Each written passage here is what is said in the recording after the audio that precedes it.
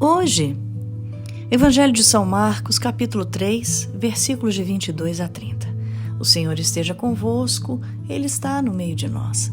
Proclamação do Evangelho de Jesus Cristo segundo Marcos. Glória a vós, Senhor. Naquele tempo, os mestres da lei que tinham vindo de Jerusalém diziam que ele estava possuído por Beelzebu e que pelo príncipe dos demônios ele expulsava os demônios. Então Jesus os chamou e falou-lhes em parábolas: como é que Satanás pode expulsar a Satanás? Se um reino se divide contra si mesmo, ele não poderá manter-se. Se uma família se divide contra si mesma, ela não poderá manter-se. Assim, se Satanás se levanta contra si mesmo, ele se divide, não poderá sobreviver, mas será destruído. Ninguém pode entrar na casa de um homem forte para roubar seus bens sem antes o amarrar. Só depois poderá saquear sua casa. Em verdade vos digo, tudo será perdoado aos homens, tanto os pecados como qualquer blasfêmia que tiverem dito. Mas quem blasfemar contra o Espírito Santo nunca será perdoado. Será culpado de um pecado eterno. Jesus falou isso porque diziam: ele está possuído por um espírito mau. Palavra da salvação. Glória a vós, Senhor. Bem, os mestres da lei estavam indo longe demais com as suas blasfêmias. E Jesus os adverte como é grave o pecado contra o Espírito Santo. E quem pecar contra o Espírito Santo não será perdoado. Não reconhecer o Espírito de Deus em Jesus é não reconhecer Jesus como o Senhor.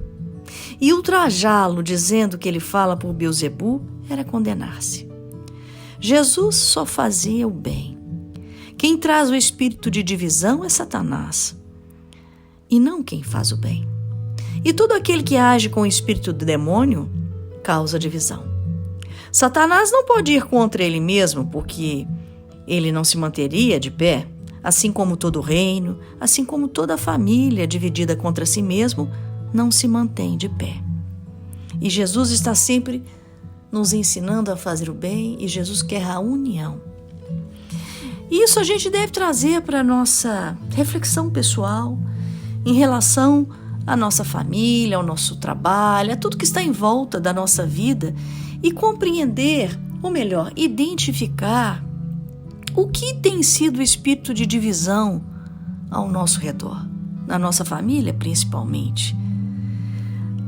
As famílias que têm esse espírito de divisão, que sejam situações ou pessoas que estão agindo com esse espírito de divisão, elas não vão conseguir se manter de pé. Isso tudo porque falta de diálogo, prepotência de alguns achando que têm a razão, são mais sábios do que outros, que não conseguem olhar para o lado, não conseguem admitir que podem estar errados. O prazer próprio levando a pessoa a fazer a qualquer loucura, qualquer irresponsabilidade, passando por cima dos outros. A traição dentre as famílias, o adultério, as disputas, a ganância, a manipulação, a falsidade, a falta de perdão.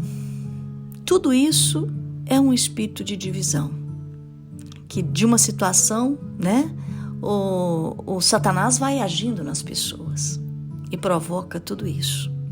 E as sequelas disso tudo são feridas profundas nas famílias, são buracos, e que se não forem reparados por Deus, porque na verdade é só Deus quem pode reparar isso, nos ajudando a refletir, a voltar atrás, a perdoar, porque nós não podemos contra Satanás. Nós não temos poder nenhum contra Satanás. Nós somos frágeis, pequeninos. Só Deus para nos ajudar e nos fazer fortes e nos fazer triunfar perante Satanás. Então, se a gente não recorrer a Deus, esses buracos eles vão se tornando crateras e aos poucos vão engolindo um a um.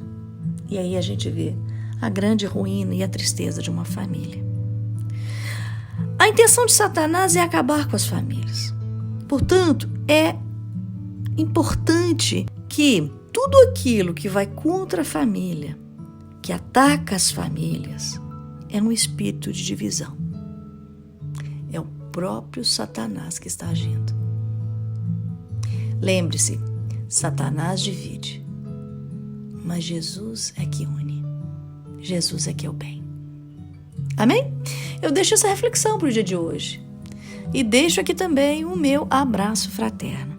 Tereza Calonge.